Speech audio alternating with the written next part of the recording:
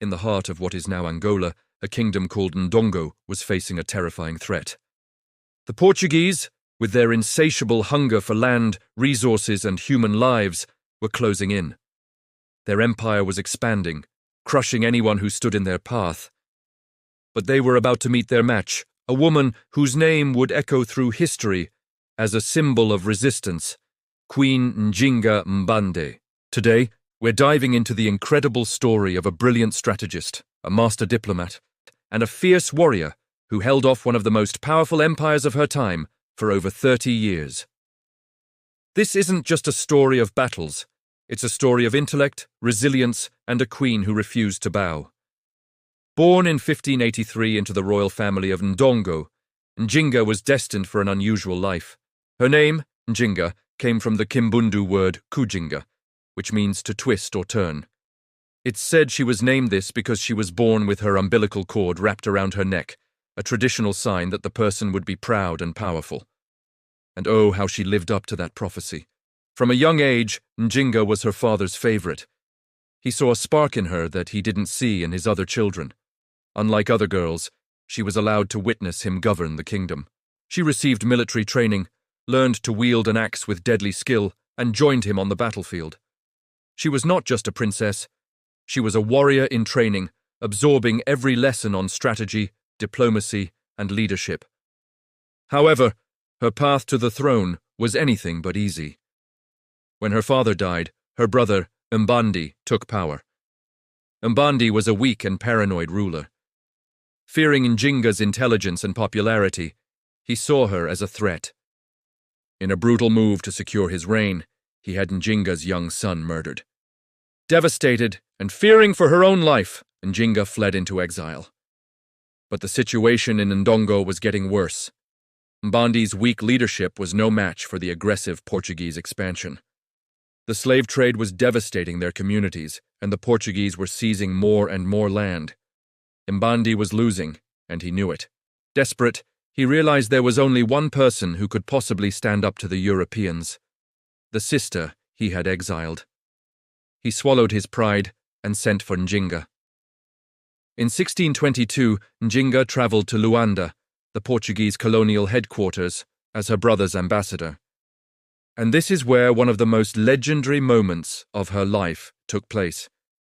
Upon entering the negotiation room, she saw that the Portuguese governor, João Correia de Sousa, was seated in an ornate chair. For her, there was only a floor mat, a clear and calculated insult designed to assert Portuguese dominance. But Njinga was not a woman to be intimidated. Without missing a beat, she signaled to one of her servants.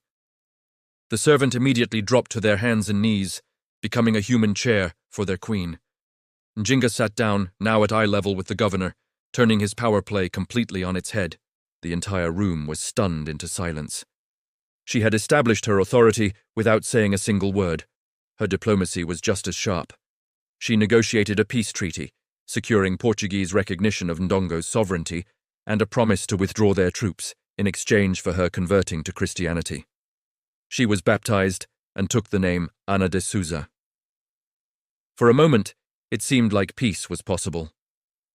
But the Portuguese were not to be trusted. They broke the treaty almost immediately, continuing their raids and refusing to release captured Ndongo subjects. Her brother Mbandi, unable to cope with the pressure, took his own life. And in the chaos that followed, Njinga seized her moment. In 1624, she became Queen of Ndongo. The Portuguese, however, refused to recognize a female ruler. They installed a puppet queen and declared war on Njinga. Forced to flee again, many would have given up. But not Njinga. If she couldn't rule Ndongo, she would build a new kingdom. She marched her followers east to the neighboring kingdom of Matamba. In Matamba, she deposed the ruling queen and established a new power base. This was a stroke of genius. Matamba became a haven for escaped slaves and those fleeing Portuguese oppression. She welcomed them with open arms, integrating them into her army and society. She also formed a powerful new military force, welcoming runaway soldiers and even forming alliances with Dutch traders who were also rivals of the Portuguese. For the next 3 decades, Njinga waged a relentless war against the Portuguese. She wasn't just a queen who gave orders from a palace, She was a general who led her troops into battle herself, even into her 60s. Her tactics were brilliant. She used guerrilla warfare, ambushes, and lightning-fast raids to keep the Portuguese constantly off balance. Her knowledge of the terrain gave her a huge advantage, allowing her army to appear and disappear like ghosts in the forest. She was also a master of psychological warfare. She adopted rituals and titles traditionally reserved for men, presenting herself as a king to solidify her authority over the male warriors and nobles in her multi-ethnic coalition. She broke every rule and shattered every expectation of what a woman, a queen, and a leader could be. The Portuguese were terrified of her. They poured immense resources into trying to capture or kill her, but she always outsmarted them. She was a constant thorn in their side, a symbol of resistance that inspired uprisings across the region. She proved that African kingdoms were not just passive victims of colonization, but could fight back with formidable strength and intelligence. But perpetual war takes its toll.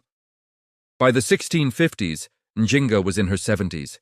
She had dedicated her entire life to the fight, and she began to think about her legacy and the future of her people. She decided to try diplomacy one last time. She re-entered negotiations with the Portuguese, this time not from a position of weakness, but as the uncontested ruler of a powerful kingdom. In 1656, she signed a final peace treaty. This time, the terms were much more favorable. The Portuguese finally, officially recognized her as the queen of both Ndongo and Matamba.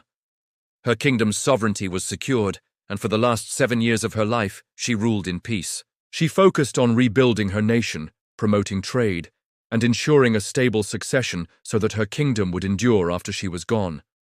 When Queen Njinga died in her sleep in 1663, at the age of 81, she left behind a powerful, independent kingdom and a legacy that would never be forgotten. She was a woman who was born a princess, forced into exile, and rose to become a king in her own right, defying an empire and becoming one of Africa's greatest freedom fighters. Her story is a powerful reminder that history is filled with incredible figures who fought for their people's freedom against impossible odds. Queen Njinga's intelligence, courage, and unyielding spirit are an inspiration to us all. Thank you so much for watching.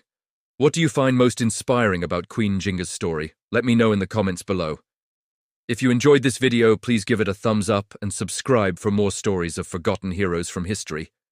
We'll see you in the next one.